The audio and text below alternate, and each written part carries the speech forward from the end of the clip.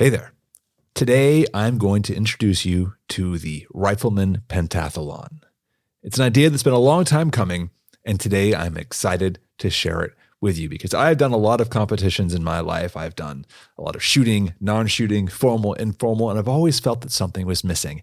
And this is my effort to figure out something new. So with that, welcome to the Everyday Marksmen, the podcast where it's all about tactical skills for living a more adventurous life. I'm your host, Matt Robertson.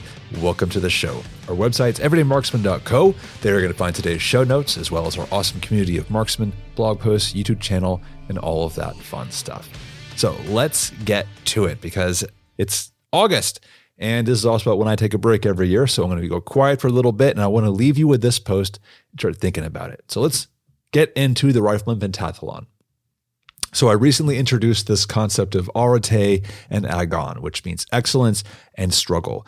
It's this whole idea around arete is your excellence, and to demonstrate your excellence, you have to compete. You have to struggle so that you can best yourself and best a situation. So to support this, I always feel like we need some kind of competition to push ourselves against, and especially a standardized one so that everybody understands what all the rules are and the expectations. And yes, there are many, many competition formats and organization bodies all over the shooting sports, whether it's NRA, CMP, PRS, NRL, USPSA, you name it. There's somebody out there who's competing in some kind of way. It's not even getting into the informal ones. So here's the thing, though. I don't think any of these quite meet the intent of what I think we really need as a community of marksmen. So let's set this foundation. Why do I think we need a new one? Why did I write this whole concept up? Well, this goes back to my experience with tactical biathlon and also the tactical games and watching other people's experiences and things like brutality events and you name it. There's clearly a demand for shooting competitions that combine both physical fitness with marksmanship. There's just something primal about it, this gritty reality that maybe this is closer to the real thing than some pristine square range where I'm going to shoot high power or go high speed with USPSA. I think especially the addition of team events is noteworthy and has some creative thinking going on. I really like the team events. But here's the thing. In ancient Greek athletics, the origin of the Olympics, there were no team sports. Every competition was individual as a way to demonstrate one's prowess in combat, their arete. The events themselves were directly lifted from warfare: javelin throwing, discus throwing, boxing, wrestling, pankration, which is like ancient MMA, and running. The ancient pentathlon was consistent. Every athlete knew that what they were getting into when they signed up. They all knew what their skill level was in each component, and they understood who their competition was likely to be and what they were good at. And this is the missing ingredient for what we see today. Where I think a lot of modern competitions have gone wrong is the very thing that makes them interesting: the unpredictability. You never really know what you're going to face until you show up. At my recent biathlon race, for example, there was no stage briefing at all until you arrived at the stage to shoot it. The tactical games are somewhat similar, that are like doing CrossFit workouts with shooting mixed in. And USPSA, PRS, and others do send out stage briefs ahead of time, but nearly every match has some different element to it than previous matches. This is what keeps it interesting for competitors who show up again and again consistently. This is fun, of course, but it's not ideal if you're the kind of person who wants to consistently work towards excellence and compare yourself to your own known marks. You can't just set up a quick match with some buddies and run through stages or approximations of them and trust that's going to reflect how you'll do at the real thing. Now compare that against Olympic events, which are known. There's rules, there's boundaries, and which means every competitor can specifically train for years to the exact rules and expectations and conditions of the event. So I asked myself, what would modern Greek games look like for everyday marksmen? What events could we pick that everyone knew would always be there, which meant they could train for it specifically? And furthermore, what events would have a passing carryover to something like Scenario X, which is our kind of end of the world training paradigm, or at least even training courses and other competition formats? So the question I kept asking myself was, what would be the best competition format to serve as the foundation for every level of shooter? So I had a couple questions to figure out and some things I wanted to lay down. I like the pentathlon format as the basis for this competition. The original Greek pentathlon had 5 events: javelin, discus, wrestling, the long jump, and a foot race. The modern Olympic pentathlon looks more like World War I military skills with horse jumping, fencing, swimming, running, and pistol shooting. Now, I know there are some other modern ones. There's one called the military pentathlon that has rifle shooting, an obstacle course, throwing, and a cross-country run.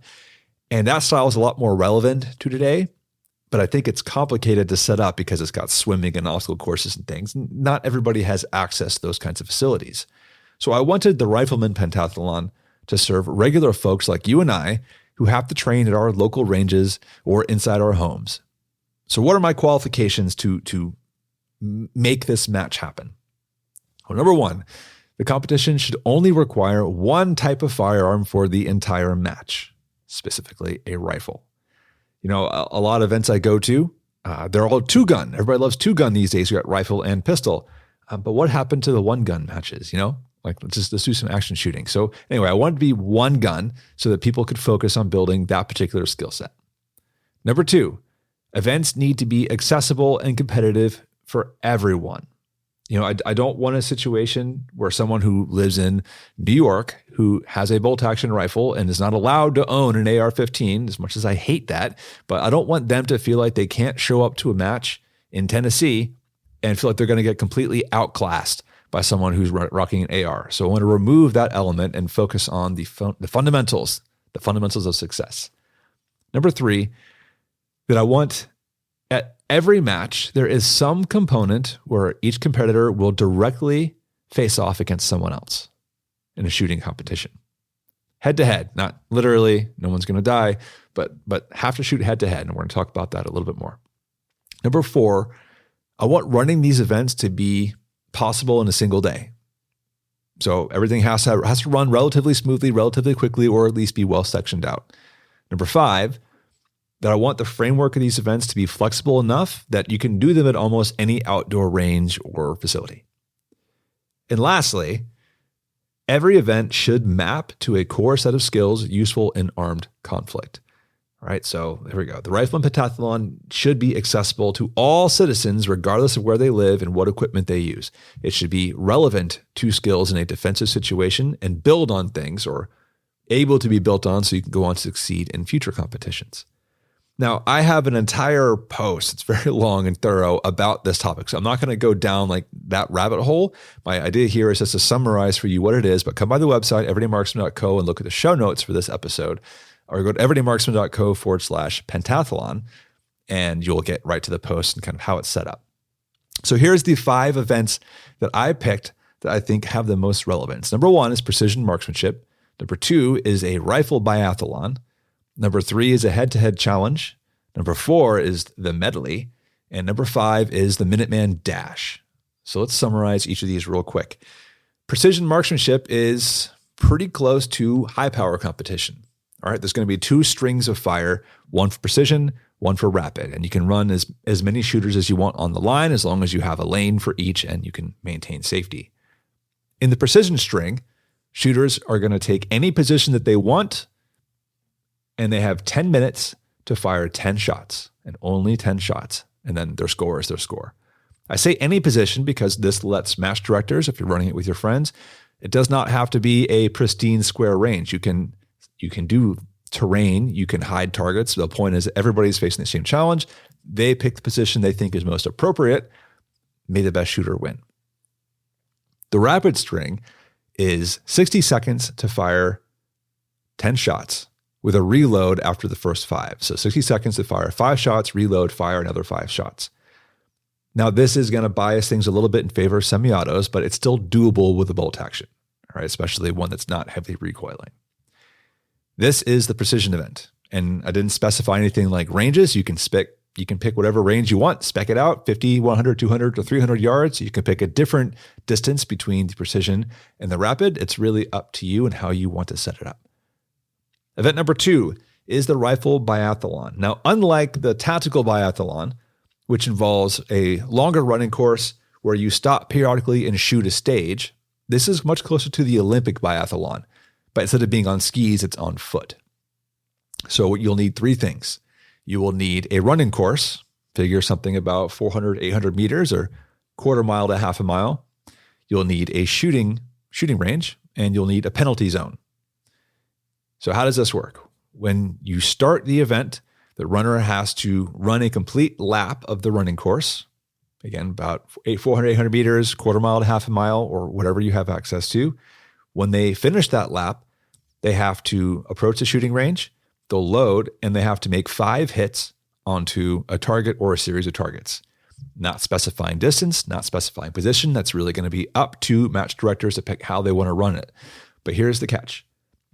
You cannot move on until you make all 5 hits. All right, you cannot move on until you make all 5 hits. If you make, or when you make all 5 hits, then you go out and run another lap of the running course and do this again for, 4 complete laps with 4 trips to the shooting range. However, there is a catch. You have to make all 5 hits on the target. But if you do it in more than 5 shots, for every miss, you have to go to the penalty zone. So what's the penalty zone? It can be anything you want. The way that I wrote this up is figure about a 25-yard stretch just with markers and cones, and that for every miss they had on a string, you have to go run 1 lap of the penalty zone, and then you go continue on the rest of the running course. So let's give an example here of you run the course, it's half a mile long. Then you go up to the range, you have to make 5 hits from the kneeling position on a steel target. You do it in 7 shots. This means you miss 2. All right, after the 7th shot, unload, show clear, and then you go to the penalty zone and you run 2 laps of the penalty zone. So figure 25 yards each way. It's an extra 50 yards. It's not that big of a distance, but it's enough to be annoying and act as a deterrent, and that's the great equalizer amongst competitors.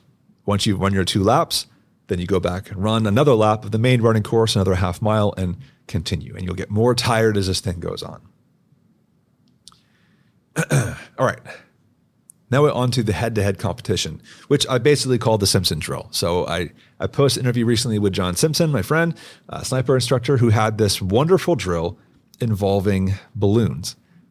Now you can do this with steel poppers, you can do something else, but the point is it's a reactive target, and they are scattered throughout a range. And you take 2 shooters, they stand next to each other, and the range officer will shout some identifying feature, like red or blue or whatever color the balloon is. And the point is that each shooter is in a race to see who destroys the balloon first, who hits the target first.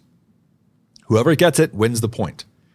All right, so this is the head-to-head. The idea is to go as fast as you need to make the hit, but not so slow to be more accurate than you need to be. This should take about 60 to 90 seconds for the entire round. This represents 2 shooters who could be rivals who spot each other at the same time and to see who's going to get that first effective hit off and win the day. All right, so it can be really disconcerting, is what John told me, when you have a balloon in your sights, and just as you're about to pull the trigger, it disappears because the other guy got it first. So that's the head-to-head competition. Event number 4 is the medley, and this is our wild card. I really like the tactical games, and I didn't want to close out that kind of idea. So that is this event. This is the wild card. Master instructors can do whatever they want. It can be farmers' carries of heavy implements, sandbags, rope climbs, wall climbs, sled drags, dummy carries, first aid skills, radio skills. It really doesn't matter. It can have shooting, not have shooting. The goal is to make this something interesting and challenging that people can't specifically prepare for. Okay, so this is where you get to have some variety. My only expectation was that something should be strength related because everything else we're doing is shooting and running. And I still think physical strength is very important. So something strength related. And that's it. Have fun. Have fun with that one. The last event is the Minuteman Dash, which is a modern version of the Hoplitodromos. So going back to the ancient Greek games, the Hoplitodromos was the last event, and it was a foot race where each runner carried the shield and wearing armor of a Greek hoplite infantryman. In other foot races, they typically ran naked. All right, well, we're not doing that. Now, the estimated weight of all that equipment was somewhere between 12 and 30 pounds, which is coincidentally pretty close to a modern lightweight loadout. Now, the Hoplitodromos was a single lap around a stadium as quickly as possible. And the distance was somewhere between 300 to 400 meters, figure about a quarter mile, but sometimes ran longer. And that's it. May the best time win. Now, in the rest of the post, I went through logistics and suggested divisions, but the reality is this is not formal. Nobody's building a league around this. What I'm looking to do here, and I hope you're with me on this one, is to set up a competition format that everyone can understand basically what's expected of them, that you have to be good at positional shooting. You have to have a good level of running endurance, sprinting endurance. You have to be able to take shots in between bouts of exertion, and you have to be physically strong. That is the goal.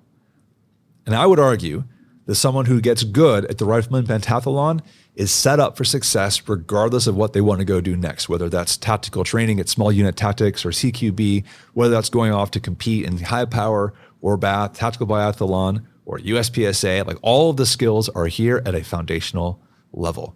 And it's easy to set up no matter where you are. As long as you have access to an outdoor course where they'll let you run around, we're good to go. So that's it. What do you think? Are you willing to run it for yourself? Come by the website, everydaymarksmen.co. Let me know what questions you have about how this competition might run so we can refine it together and really make something special. So that's it for me. This is Matt. I'll see you in a few episodes away, or we'll say a month or two. I'm on break, but it's been a pleasure, and I'll catch you next time. Take care of yourself.